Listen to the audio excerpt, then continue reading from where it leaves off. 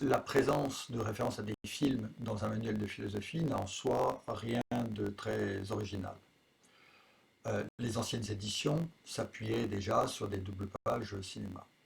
Nous avons renforcé cette présence en étant attentifs surtout au fait que le cinéma n'est pas simplement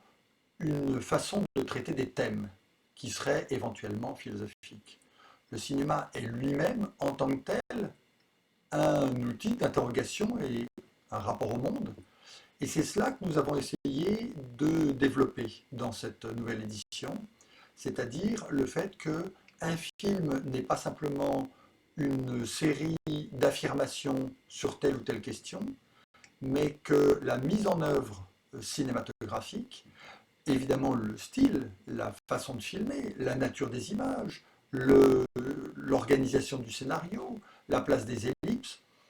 tout cela est aussi une façon de tenir un propos philosophique. Donc, nous sommes partis de films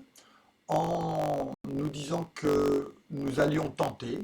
la gageure de rendre possible un questionnement philosophique sur un film donné,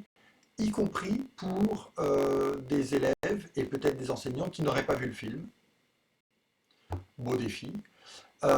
Et qu'à partir de cette forme qu'est un film, nous essayons de formuler des questions philosophiques et nous avons essayé de le faire en circulant à travers les différents chapitres. Tout le programme nous incite à croiser,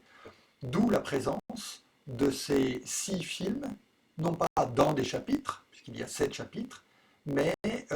entre les chapitres, pour servir de rotule, d'articulation entre des questions, des problèmes et des points de vue sur le monde. Cette diversité des points de vue, nous la retrouvons dans la diversité des styles de films que nous avons choisis. Parmi les 6 œuvres retenues, nous avons des films qui peuvent être considérés comme des films cultes pour certains de nos élèves, comme Scarface de Brian De Palma ou encore Princesse Mononoke de Hayao Miyazaki, mais également des films du patrimoine qui seront peut-être un petit peu plus déroutants pour eux, comme Nosferatu, Fantôme de la nuit, Werner Herzog, ou bien des films très récents,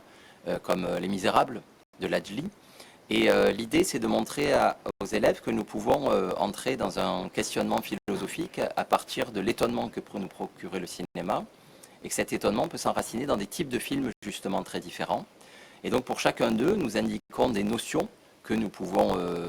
analyser, des problèmes, des questions, et nous essayons justement de montrer